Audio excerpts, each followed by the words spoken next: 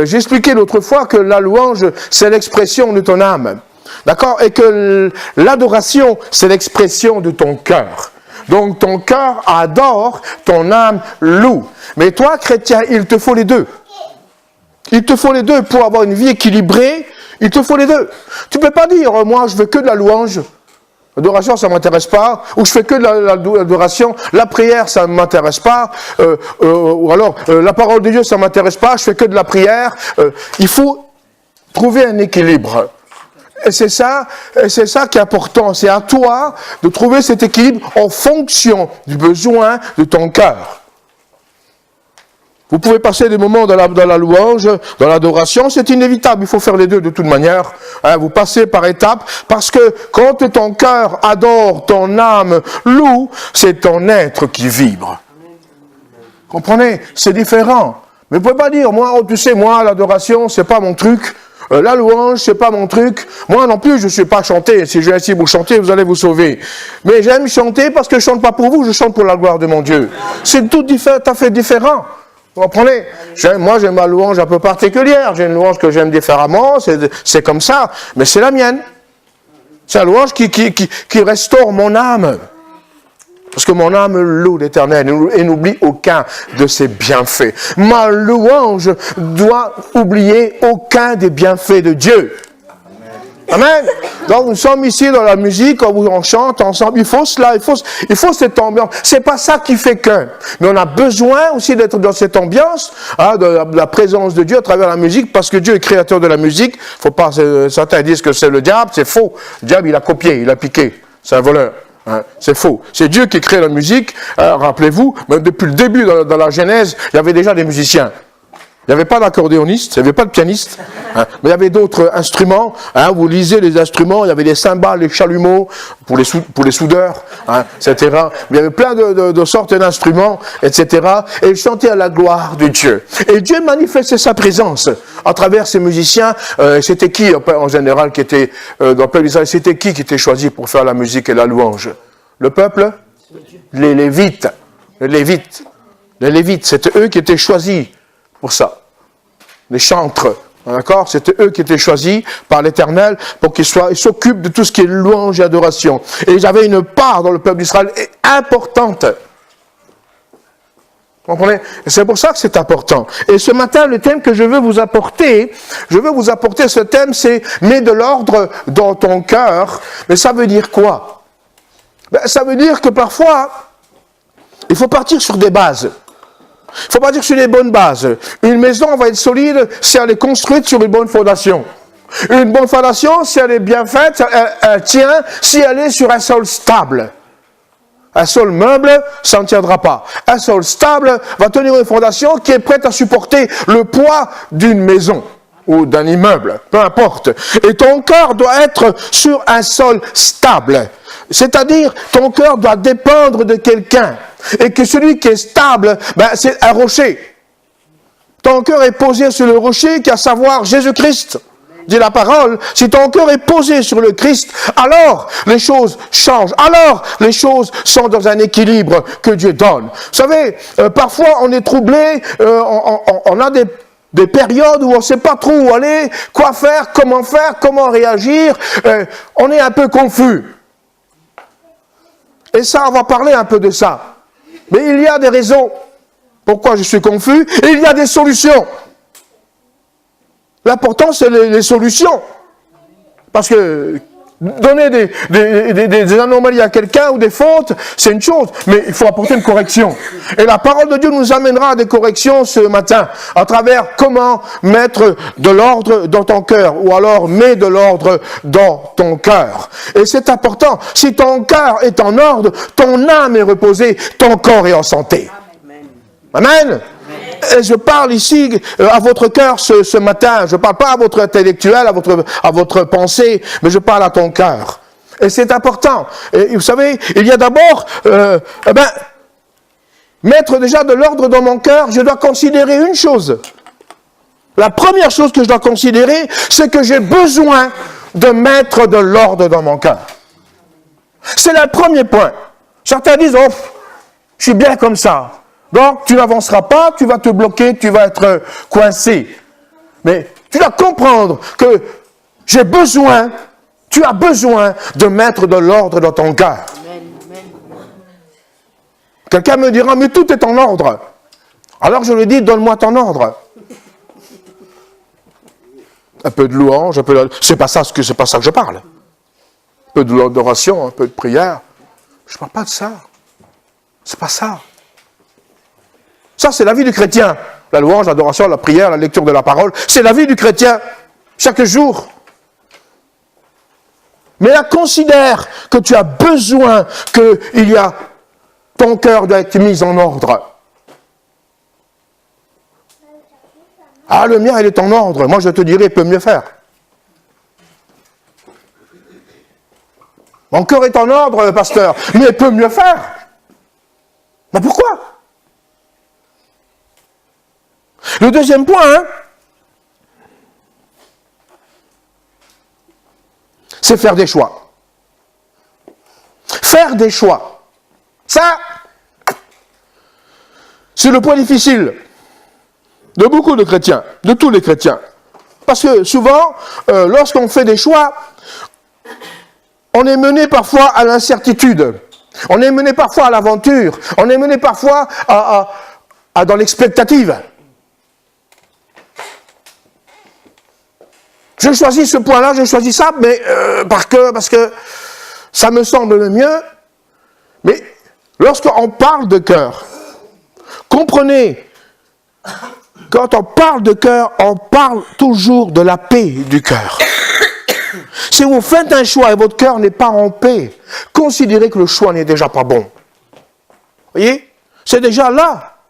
Évitez les confusions qu'on va parler après tout à l'heure, la confusion. Faire des choix dans la vie chrétienne, dans ton cœur, c'est important. Je veux servir le Seigneur, je veux servir Dieu. C'est un très bon choix. Un excellent choix, servir Dieu. Le dire avec la bouche, facile. Le vivre, c'est plus la même. Mais que ton cœur en Christ soit la raison de vivre. Que ton cœur en Christ, je le dis bien, en Christ, soit l'expression de ta foi chaque jour. En fait, on va comprendre sur certains points. Regardez ce qu'il dit dans Matthieu 23, le verset 25 à 28, ça va être affiché ici sur la vidéo. Ce sera notre lecture de base ce matin, qui dit ceci. Malheur à vous, scribes, pharisiens, hypocrites, parce que vous nettoyez le dehors de la coupe et du plat, et qu'au-dedans ils sont pleins de rapine et d'intempérance. Pharisiens aveugles, nettoie premièrement l'intérieur de la coupe et du plat, afin que l'extérieur aussi devienne net. La suite. Malheur à vous, scribes et pharisiens hypocrites, parce que vous ressemblez à des sépulcres blanchis qui paraissent beaux au dehors et qui au dedans sont pleins d'ossements de mort et de toute espèce d'impureté. Regardez ce que dit Jésus. C'est Jésus qui parle. Vous de même, en dehors, vous paraissez juste aux hommes, mais au dedans, vous êtes plein d'hypocrisie et d'iniquité. Là, Jésus est en train de trancher. Et il parle à qui? Aux scribes, aux pharisiens, aux religieux, ceux qui sont autour de lui. Même ses disciples étaient là, ils ont écouté. Il parlait aussi à Judas. Et il leur dit, le verset 1er, il leur dit ceci. Malheur à vous, scribes et pharisiens, parce que vous nettoyez le dehors. C'est-à-dire, vous voulez donner une apparence. Vous voulez donner une apparence de piété, une apparence de sainteté, une apparence de bon chrétien. Vous savez, l'apparence, c'est quoi? C'est venir à l'église avec un super costume, une belle cravate, se tenir comme ça à la louange, alléluia, amen, amen, prendre sa Bible, lire la Bible, etc. et repartir, frère, se revoir, sois béni, et je rentre chez moi. Ça peut être une apparence. Et une fois que je suis chez moi, j'ai enlevé le costume, j'ai mis ma Bible... Troisième tiroir en dessous de la table, on ne le voit plus, etc. Au-dessus, il y a tous les autres bouquins, il y a tout plein de choses au-dessus, le Téléstar, parce qu'il y a le programme, c'est important, bref, tout ça, et la Bible est en dessous. Ça, c'est une apparence de chrétien. Et Jésus dit, regarde, Jésus parle au cœur. Là, il parle à ton cœur. Et il dit des choses quand même hypocrites, c'est quand même insultant. mais vrai. Et dit, vous les pharisiens, vous venez me voir, vous voulez montrer que vous êtes juste. Vous voulez montrer que vous, parce que vous allez au temple, vous faites des prières, vous avez vos phylactères, vous tous vos histoires, vos tenues, etc. Vous voulez vous montrer que vous êtes des gens bien. Mais moi, je vous dis que votre cœur est plein de malice. C'est ce que Jésus leur dit. Et nous, souvent, on regarde l'apparence. Et la Bible dit que Dieu ne regarde pas l'apparence. Dieu regarde à ton cœur. Alléluia. La valeur que tu as, c'est la valeur de ton cœur, pas de la couleur de tes cheveux. Sinon, je ferai toutes les couleurs, avec ce qui me reste. Est-ce que vous comprenez ça? Et là, Jésus est en train de parler, et il est radical. Les religieux ont cette expression, toujours montrer qu'ils sont bien. Montrer devant les autres, tu sais, nous on est comme ça, nous on est comme ça, nous on est là, nous on veut montrer ici, oh ben nous, mais derrière, il n'y a que de la méchanceté. Derrière, il y a la haine envers les autres. Pour ça qu'en tant que chrétien, on n'a pas choisi une religion. On a choisi la vie en Christ. Amen. C'est pour ça qu'on peut dire, on sait très bien que les religions, et là Jésus parle religieux. Il parle religieux de son époque. C'est la même chose qu'aujourd'hui à notre époque. Et qu'au-dedans, il y a à l'intérieur, ils sont pleins de... Vous voyez, à l'intérieur, c'est dans votre cœur, il y a plein de rapines et d'intempérance. C'est-à-dire, vous avez l'envie, la jalousie des autres, la moquerie. Et puis, il dit, pharisiens aveugles. Il les appelle aveugles. Parce qu'eux pensaient être justes par rapport à leur manière de faire, à leur manière de vivre. Mais comprenez qu'il parle aussi à son peuple. Il parle au peuple juif. Il n'a pas parlé aux Africains. Il a parlé aux Juifs, Jésus, au moment-là. À son peuple. Comprenez? Et il dit, vous êtes des aveugles. Mais vous savez pourquoi il dit, vous êtes des aveugles? Parce que eux savaient ce qu'il fallait faire, mais ne voulaient pas faire ce qu'il fallait faire, parce que ça les dérangeait. Ils préféraient vivre à leur manière religieuse, parce que dans la rue, vous allez vous courber devant moi. C'était ça. Vous savez, avec l'habit de religieux, du pharisien, avec tout. Ils aimaient bien qu'on leur fasse, oh monsieur, comme des fois moi aussi on me fait homme de Dieu, on me fait toujours des fois comme ça quand je en mission, grand homme de Dieu, je fais j'ai un grand Dieu, c'est déjà bien. Voilà, appelez-moi Manu, ça suffit, ou Emmanuel si vous préférez, peu importe. Mais vous voyez, c'est un peu, c'est ce que veut dire, pharisien aveugle, nettoie premièrement l'intérieur. Tu ne peux pas nettoyer l'extérieur si ton intérieur n'est pas nettoyé. C'est pas possible. Et il donne un ordre. Voici un ordre. Mets de l'ordre dans ton cœur. Vous voyez ce qu'il dit? Nettoie d'abord l'intérieur.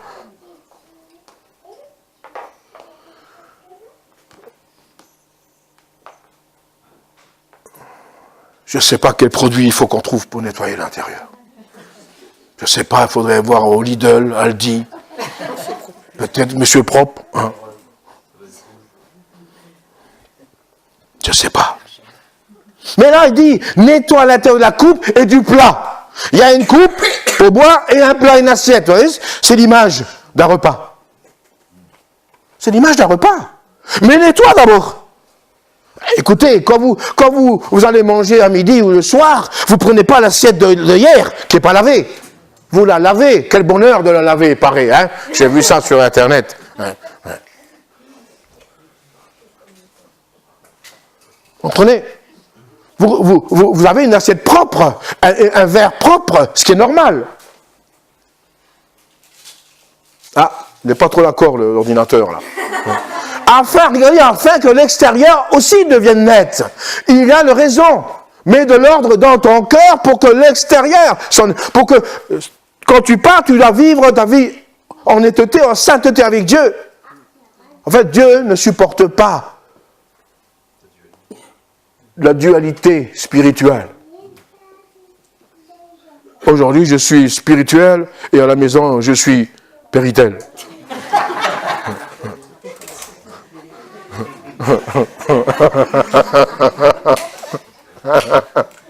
Alléluia. Ici, c'est un passage qui nous concerne, qui vous concerne, qui me concerne. Parce que, regardez, ce que Jésus fait comprendre, il dit, vous faites ceci, vous faites cela, mais mon Père ne regarde pas ce que vous faites, regarde ce qu'il y a dedans. Et c'est là la source de toute chose. C'est la source, c'est ton cœur, garde ton cœur plus que toute autre chose, dit le psalmiste. Plus que toute autre chose. Il n'y a rien de plus précieux dans ta vie que ton cœur. Ton cœur est ton esprit, c'est ton esprit que Dieu a donné. Vous comprenez? Dieu a donné un esprit à l'homme, l'homme peut le salir, parce qu'il est libre de faire ce qu'il veut. Ce n'est pas un robot, il est libre. Ou de le rendre saint davantage, ou de le salir. Sinon, on serait des robots. Mais regardez ce qu'il dit dans ce passage. Regardez, la lecture de base est celle-ci, le verset suivant. Malheur à vous, scribes et pharisiens hypocrites, parce que vous ressemblez à des sépulcres blanchis. Vous savez ce que ça veut dire? Des tombes. C'était Halloween, il n'y a pas longtemps là. Des tombes blanchies. Mais vous vous rendez compte? Mais c'est quand même grave ce que dit Jésus, c'est quand même fort ce que dit Jésus. Et regardez ce qu'il dit. Hein, qui paraissent beaux au dehors, et qu'au dedans sont pleins de mort, l'esprit de mort. Et ça, il s'adresse à qui? À tous ces religieux. Et aujourd'hui, c'est pour ça que là, je dis toujours, on se bat contre l'ennemi, contre le diable, contre les démons, mais quand on discute avec des personnes, on défend notre foi. Tu ne défends pas ta religion. Tu ne défends pas une religion. Tu défends ta foi. Paul défendait sa foi dans le ministère. Il ne défendait pas une religion. C'est important. Nous, on ne fait pas la différence. Jeudi, il y a le pasteur Jean-Marie Ribé qui a expliqué, que je trouvais pas mal. Il avait témoigné à quelqu'un dans un hôpital. Et l'autre lui dit, mais tu sais, moi, les religions. Et lui dit, mais non, tu n'as pas compris. Je te parle de Dieu, je ne te parle pas de religion. Et c'est très bien dit. C'est très bien dit. Non, tu n'as pas compris. Il disait à ce monsieur qui était à l'hôpital, qui était même guéri, il dit, je ne te parle pas de religion, je te parle de Dieu. Toi, tu parles de religion, moi je te parle de Dieu. C'est pas la même chose. Et c'est là qu'on doit comprendre. Qu'on doit comprendre quelque chose d'intéressant. Et là, regardez ce qu'il dit. Là, il est sévère. On dit que Jésus, il est plein d'amour. Vous savez, il les aimait, ces gens-là. Mais vous savez, quand vous avez un enfant qui fait quelque chose de pas bien, oh, c'est mon fils, je ne vais pas le corriger. Tiens, mon œil. Parce que c'est votre enfant, vous allez le corriger. Pourquoi vous le corrigez? Parce que vous aimez votre enfant. Parce que vous ne voulez pas qu'il fasse encore des choses plus graves. Ce qui est tout à fait normal. Vous comprenez? Vous corrigez les enfants par amour. Et Jésus, par amour, il leur parlait de ça. Et pour les pharisiens, c'était quelque chose de nouveau. C'est quoi ces paroles? C'est quoi ces enseignements? On n'a jamais compris. Mais comment il parle de mon cœur, lui, là? Il sait que devant, je fais comme ça, et derrière, je vole, je triche avec les gens de la société, et je vais au temple, et je mets même de l'argent, beaucoup d'argent. Mais lui, il est en train de parler de mon cœur, là. Jésus parle à ton cœur ce matin. Jésus parle à ton cœur. Vous savez, il parle à ton cœur et il entend tout ce que tu dis et qui vient du cœur.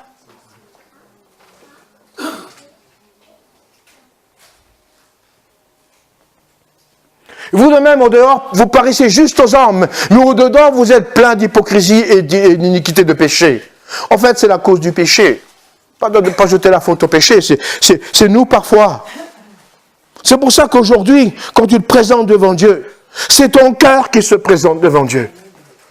Tu es sur l'autel de Dieu. Tu es posé sur un autel où c'est toi l'offrande, c'est toi le sacrifice qui est devant Dieu. Seigneur, je me mets devant toi. C'est vrai, je ne suis peut-être pas parfait, j'ai des pensées tordues. C'est la vie, c'est comme ça.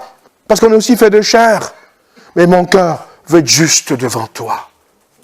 Seigneur, purifie mon cœur.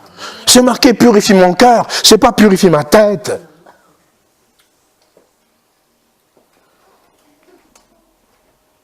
Il y avait un homme dans la Bible, je n'ai pas noté le passage, mais non, excusez-moi d'abord, on va juste aller un peu plus loin. Bon alors, comment faire? Dans Hébreux 10, verset 22, regardez ce que dit la Bible. Approchons-nous avec un cœur sincère dans la plénitude de la foi, les cœurs purifiés d'une mauvaise conscience et le corps lavé d'une eau pure. La Bible dit ici, dans l'hébreu, approchez-vous, ou approchons-nous avec un cœur sincère. Ça veut dire qu'il peut y avoir des cœurs faux. Si c'est précisé, ça veut dire qu'il peut y avoir un cœur non sincère. Mais là, la clé, elle est là. C'est une clé. Comment faire? Je dois m'approcher avec un cœur sincère dans la présence de Dieu. Or, dans la présence de Dieu, c'est pas dit qu'il faut qu'il y ait de la musique. Comme on a la louange, non. Chez toi, si tu ne mets pas la musique, tu n'es pas obligé. Il n'y a pas de critères. Hein, pour aller dans la présence de Dieu, petit 1, petit 2, petit 3, petit 4, et au 5, tu y es. Non. Tu es libre. Comprenez? Mais tu t'approches avec ton cœur, dans la plénitude de la foi. Regardez l'expression, la plénitude. C'est quoi le mot plénitude? Plein d'altitude. Entièrement, exactement. Complètement, totalement, un cœur engagé dans la foi. C'est marqué, les cœurs purifiés d'une mauvaise conscience. Tiens donc. Parce que Dieu veut de toi une bonne conscience. Il faut que tu aies une bonne conscience. Tu as une bonne conscience quand ton cœur est purifié. Quand tu t'approches avec Dieu, Dieu va te donner cette bonne conscience.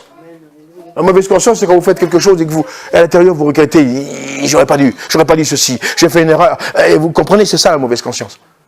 Et ça vous ronge l'intérieur. C'est pas la tête, ça vous ronge là. D'accord? Et le corps lavé, va s'en suivre le corps dans la sainteté. Comment tu peux avoir un cœur pur si ton corps est sale? Comment est-ce possible? Parce que la source vient du cœur. La source de tout, de ta vie, vient du cœur. Et il dit ceci, approchons-nous. Bon, approche-toi de Dieu. C'est une invitation. Dieu t'invite à aller dans sa présence. Et il ne se cache pas. Il n'est pas loin. Il t'attend. Il est fidèle et juste. On n'a pas de reproche à lui faire.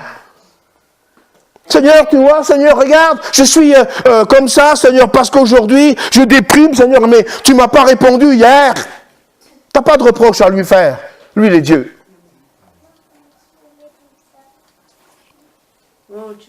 Pourquoi ça ne va pas? J'en ai ras-le-bol. Je pète un câble. Ça ne va plus, Seigneur. Je prie, etc. Mais Dieu te dit, comment est ton cœur? Si tu pries pour prier, ça n'a pas de sens. Mais si tu pries parce que ton cœur veut être dans la présence, dans la relation, dans la communion avec Dieu, ça a un sens. Et vous savez quoi? Ça apporte la vie en Christ, dans ta vie, dans nos vies, et la santé à notre corps, et une âme dans la paix, dans le repos que Dieu donne. Le deuxième point, c'est, regardez, alors le proverbe, il est pas mal, lui il est costaud. Hein. Celui qui répond avant d'avoir écouté fait un acte de folie et s'attire la confusion. Là, on a le mot confusion. Alors souvent, quand on vous parle, il y en a certains, quand on leur parle, ils ne t'écoutent même pas, ils répondent. Et ça, c'est pas bon. C'est un manque de sagesse. En tant que chrétien, je parle.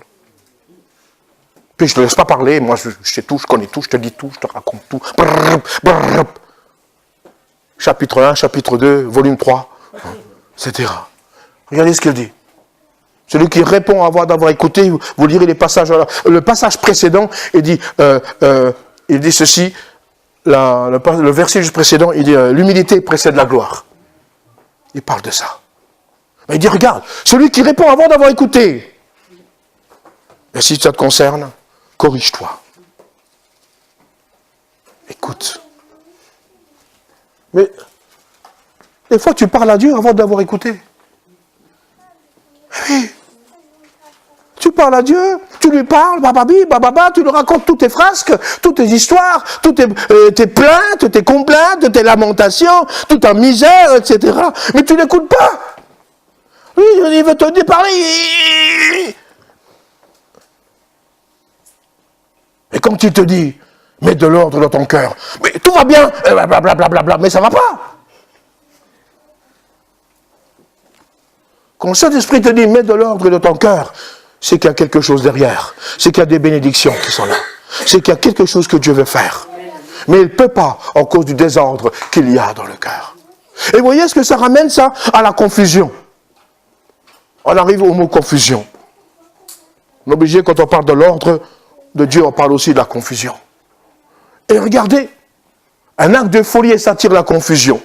Alors vous savez, je ne sais plus où on en est, j'ai déjà entendu même quand je parle avec certains d'entre vous, oh pasteur Manu, tu sais, je ne sais plus où j'en suis avec la famille, la maison, on est un peu confus, on ne sait pas trop, mais on a la foi, on s'accroche, oui, ben heureusement quoi, heureusement. Mais il faut venir sur la base. Mets de l'ordre dans ton cœur. Mets de l'ordre. Le désordre amène la confusion. Le fait de ne pas écouter même les autres vous amène à la confusion parce que vous allez dire quelque chose qu'il ne faut même peut-être pas dire.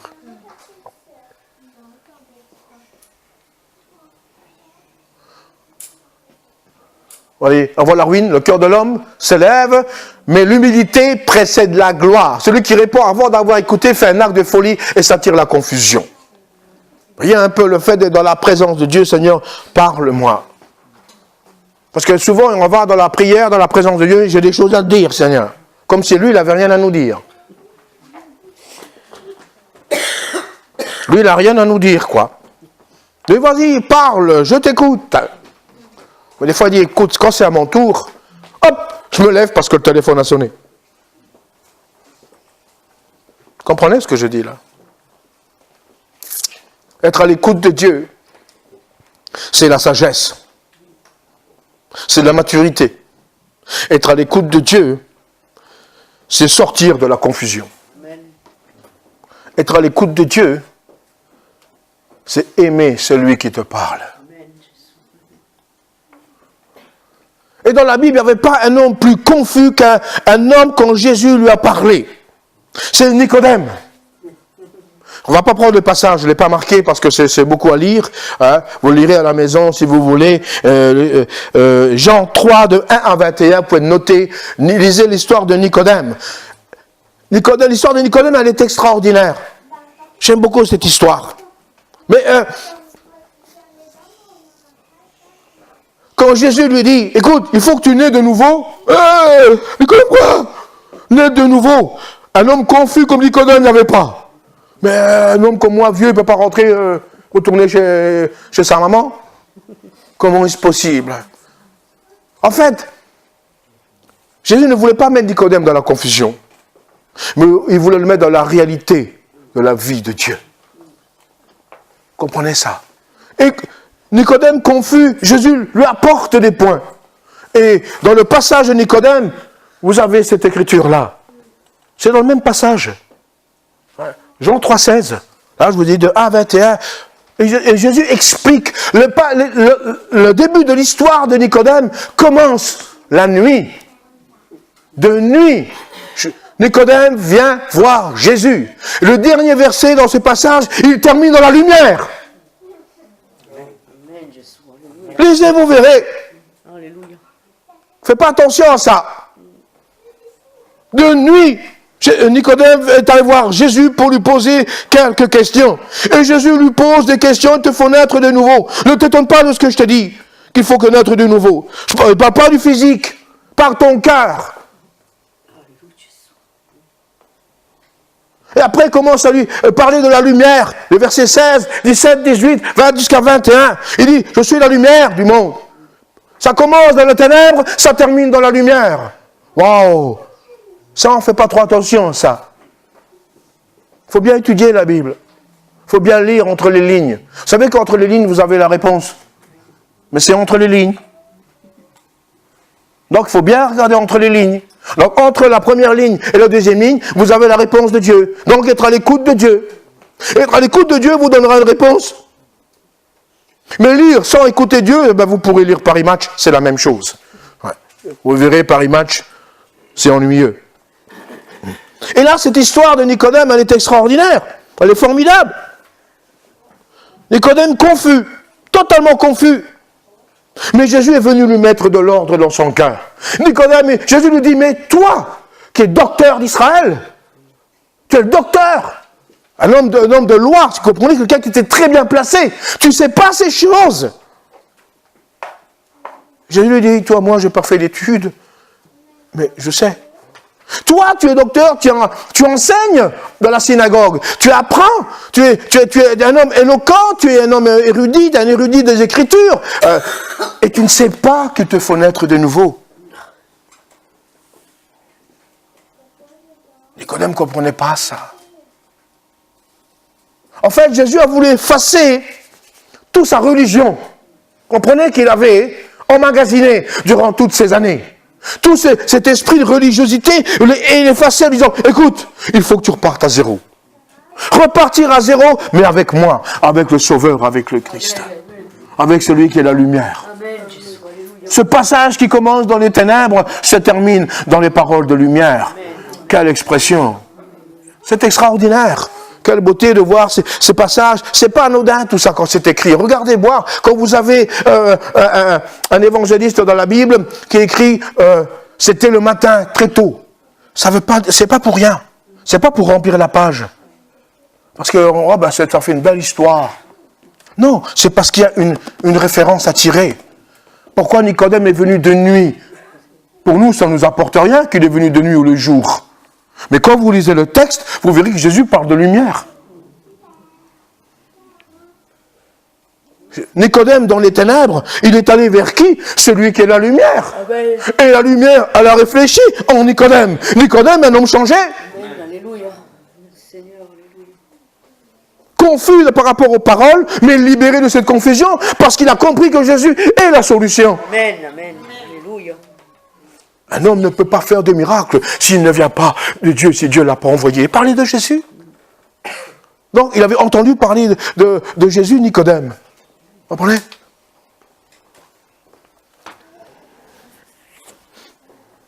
Ce sont des points importants. Mettre de l'ordre dans son cœur.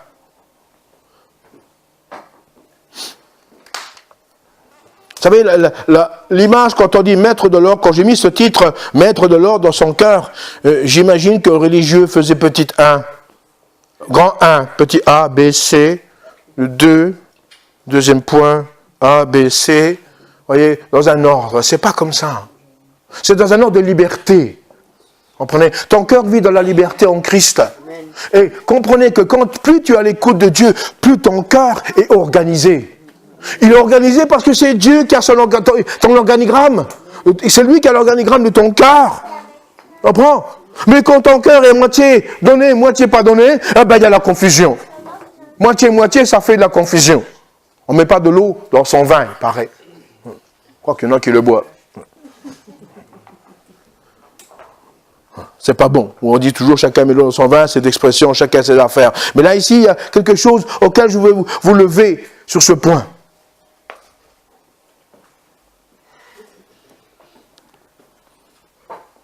Et ne pas être hâtif, ne pas parler de manière hâtive, ne pas je sais tout, je connais tout, laisse-moi te dire. Il faut la sagesse, laisse Dieu te parler. Laisse Dieu te parler. S'il ne te parle pas, c'est qu'il y a un problème. C'est pas Dieu le problème, c'est ton cœur. C'est que ton cœur n'est pas disposé à l'écouter. Toi, tu veux juste lui parler de tes misères. Parce que tu veux juste qu'il te réponde pour te satisfaire. Mais est-ce que Dieu est satisfait de ta vie, de ta foi? Est-ce que Dieu est satisfait de ton cœur? C'est la question qu'il faut poser. Seigneur, est-ce que tu es satisfait de ma vie, de ma foi, de mon engagement avec toi? Est-ce que tu te satisfais de moi? Ces questions-là, il ne faut pas trop les poser parce que la réponse, elle risque d'être comme les pharisiens. Alors, mais il faut la poser. Il faut aller au front, il faut aller au front, il faut aller au feu, il faut aller au feu. Et lui, il est un feu dévorant. Qui brûle les scories, qui brûle tout ce qui n'a rien à voir. Pour mettre de l'ordre dans son cœur, il faut que toutes les choses futiles doivent être brûlées. Amen. Par la puissance du Saint-Esprit, Amen. Par l'œuvre de Dieu. Amen, Jésus, et par le biais de sa parole. Oui, Jésus, Amen. Vous savez, le meilleur de correction, c'est la parole de Dieu. Amen. Et l'instrument de correction, c'est le Saint-Esprit qui agit. Il n'y a pas d'autre.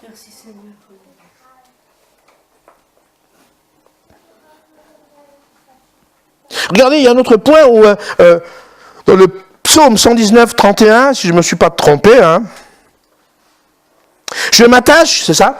Je m'attache à tes préceptes éternels, ne me rends point confus.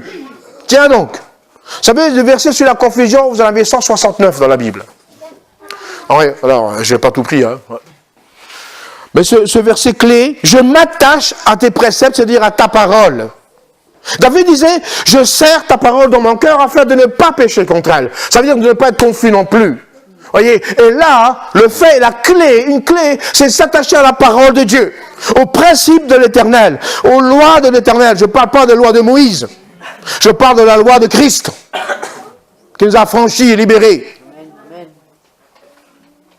Je m'attache à la parole de Dieu. S'attacher, c'est quoi? Être attaché, c'est quoi? Être lié avec quelqu'un ou avec quelque chose.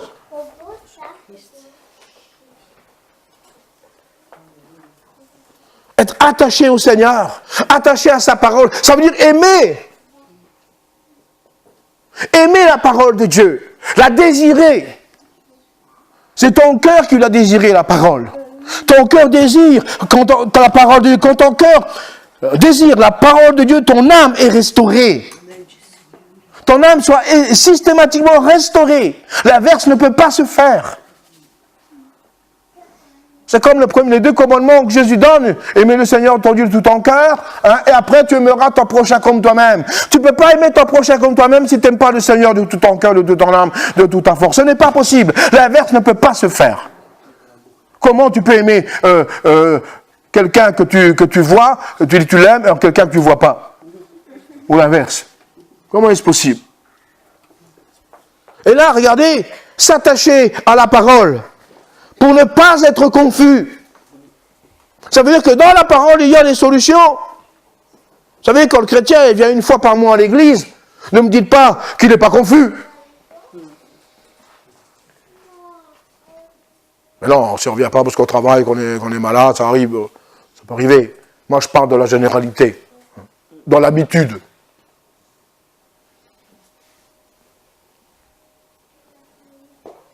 Il peut donner 1000 excuses. Ceci, cela. Ok. Mais comment va ton cœur? Comment est ton cœur? Dans quel état est ton cœur? Ouais. Alors après, on s'étonne pourquoi on est dans la souffrance.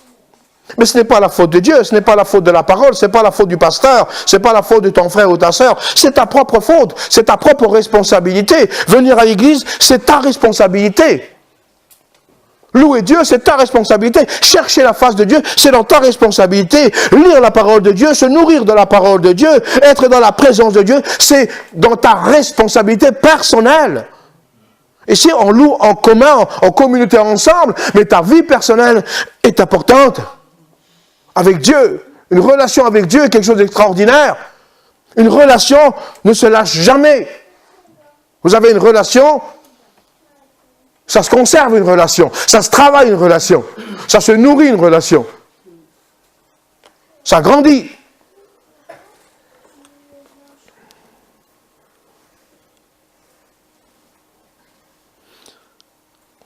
Aussi le fait par rapport dans Tite, j'ai mis Tite 2, regardez ce qu'il dit. Ça c'est aussi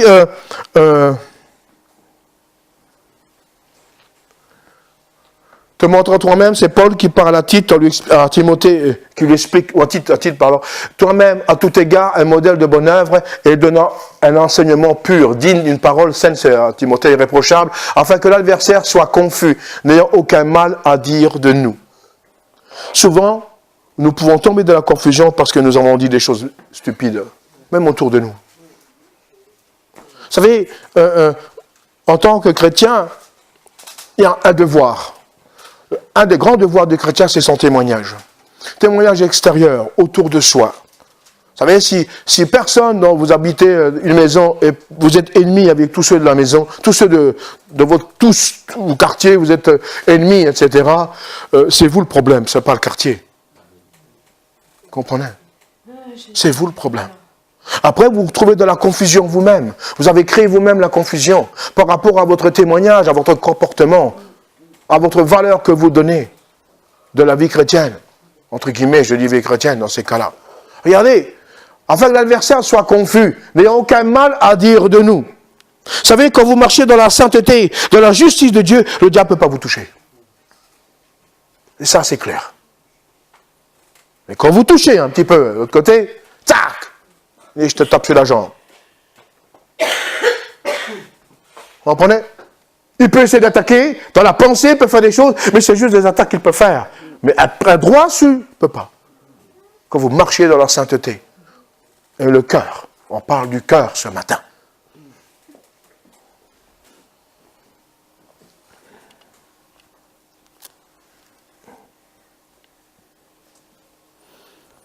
Une parole saine, une parole sage mettra les adversaires dans la confusion.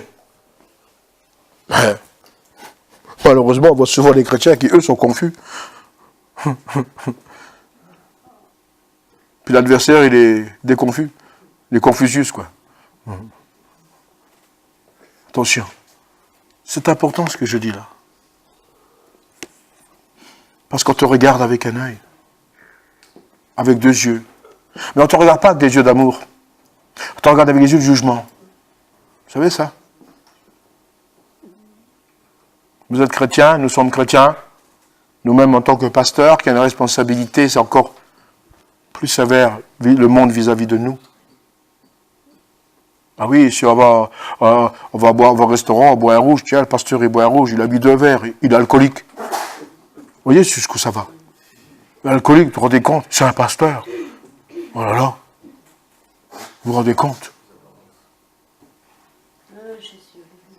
Faites attention. Surtout quand vous êtes avec des gens qui ne sont pas chrétiens. Votre comportement doit être exemplaire. Si tu as un problème avec la bouteille, je vais prier pour toi. Tu verras. Il faut arrêter.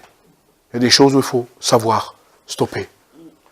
J'ai toujours dit, même quand j'étais jeune de la foi avec ma femme, c'est moi qui commande. Même la télé, c'est moi qui commande la télé. C'est pas la télé qui me commande. Vous comprenez ce que ça veut dire? Il y en a beaucoup, télé. C'est pas de télé, il n'y a rien. Mais c'est moi qui commande la télé.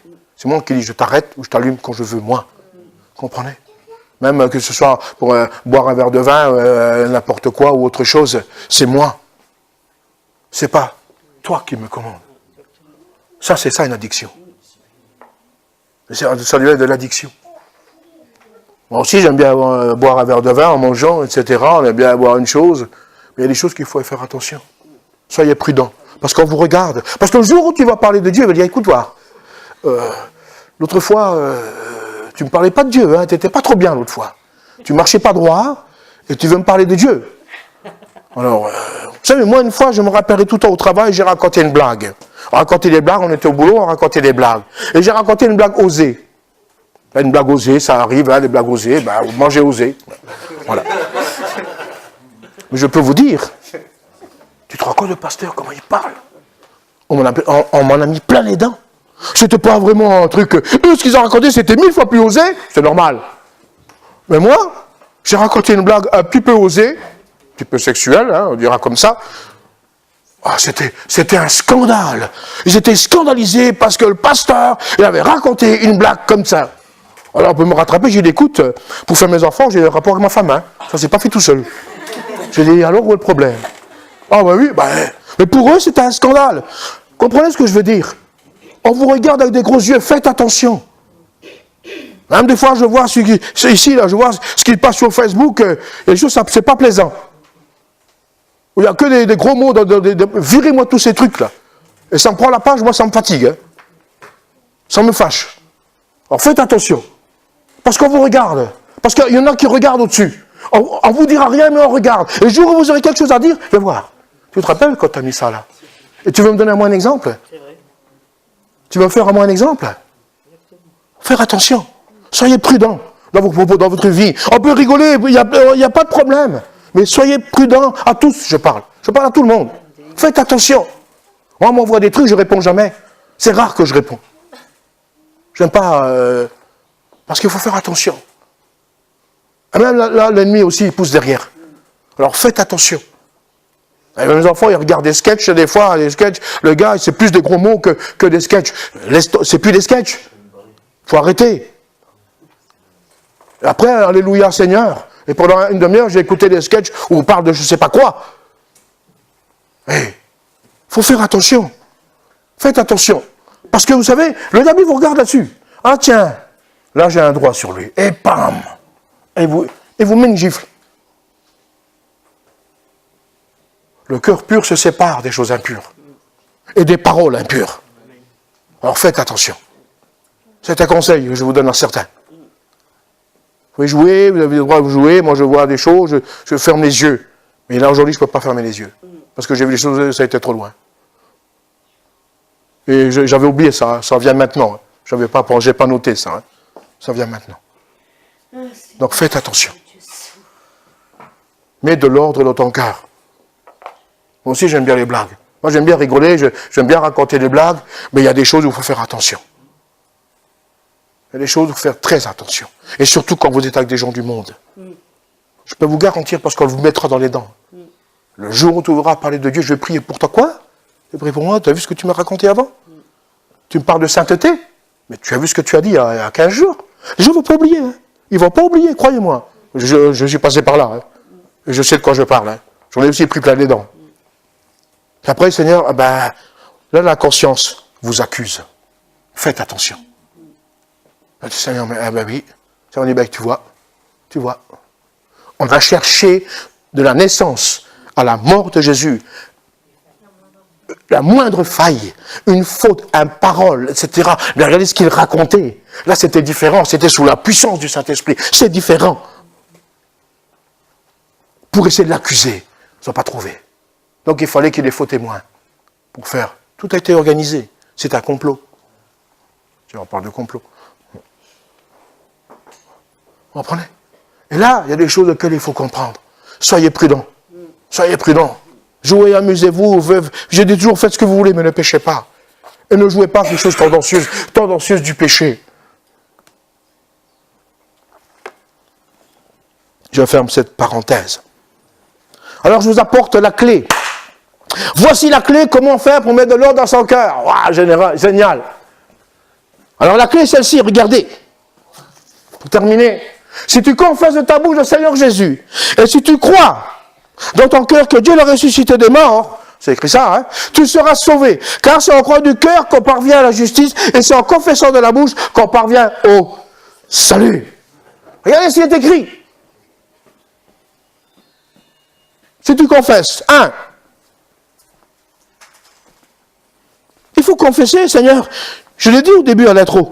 J'ai dit, il faut reconnaître que tu as besoin que ton cœur soit restauré, que ton cœur soit renouvelé. Reconnaître, c'est confesser. Et aller jusqu'au bout. Seigneur, je confesse. J'ai besoin que tu restaures mon cœur. J'ai besoin que tu guérisses mon cœur. J'ai besoin que tu libères mon cœur. Alléluia. Et si tu crois dans ton cœur, c'est marqué dans ton cœur. C'est pas marqué dans ta tête. C'est pas marqué dans ton âme. C'est pas marqué dans ton corps. C'est marqué dans ton cœur. Et ton cœur, il est dans ton corps. Ton esprit. Ton esprit. Si tu crois dans ton cœur, vous comprenez? C'est pas marqué dans ton intelligence. C'est pas marqué dans ta connaissance. Dans ton savoir. C'est marqué dans ton cœur. Chose qu'on n'aime pas trop parler, qu'on n'aime pas toucher. Que Dieu l'a ressuscité des morts. Tu l'as confessé que Dieu l'a ressuscité des morts. Je crois que Jésus est mort sur la croix pour moi. Tu seras sauvé. Donc, je vais vers le salut parce que je crois de mon cœur. Je ne crois pas avec ma tête. Comprenez ça? Car c'est en croyant du cœur qu'on parvient à la justice et c'est en confessant de la bouche qu'on parvient au salut. Donc, il y a une confession à faire. De la bouche. Je crois du cœur. Ça sort de ma bouche. Vous savez, les belles paroles sortent du cœur. Les mauvaises paroles peuvent sortir aussi du cœur. Je n'ai pas pris le verset où on parle, la source, de belles paroles, mauvaises paroles, etc. Je n'ai pas pris ce verset. Bref, on peut continuer le verset suivant, pour terminer les deux. Quiconque croit en lui ne sera point. Voilà la conclusion. Ça, c'est la clé, les amis. Mais la clé, il y a l'organigramme ici. Si tu confesses, et si tu crois. Confesser sans croire, ce n'est pas une confession. Je fais plus, chérie, je fais plus, puis le lendemain je recommence. C'est pas une confession, c'est du bluff. Si tu confesses, et si tu crois dans ton cœur, ça c'est quelque chose d'important, on n'arrive pas à analyser ça souvent. On le lit comme ça, ouais. Mais nous on veut croire avec la pensée. C'est pas que la pensée, on ne parle pas de pensée. Si tu mets ces paroles en action dans ta vie, regarde bien, le résultat il est là. Tu ne seras pas confus. Ça veut dire que tu as marché dignement en tant que chrétien dans la foi. Un homme, une femme engagée. Il n'y a pas la confusion. L'ennemi va essayer de mettre des choses, mais il va essayer dans la tête. Si ton cœur est dans la joie, ton cœur dans la présence de Dieu, ton cœur est ancré en Christ, l'ennemi va juste essayer il ne peut pas essayer dans le cœur. Il ne peut pas. Il va essayer dans la pensée. Et si ton cœur est ferme en Christ, ah ben qu'est-ce qu'il fait? Il va se rebeller, il va dire, oh, pensée, tu dégages. Tu t'en vas. Tu n'as rien à voir, j'ai rien à voir avec toi, tu n'as rien à voir avec moi. Voilà, être libéré de toutes ces confusions. Et des confusions, vous savez, dans une journée, vous n'avez pas besoin de les appeler. Hein. Ça vient très vite. Pour ça que je veux vous faire comprendre ceci, ce point extrêmement important. Mets de l'ordre dans ton cœur.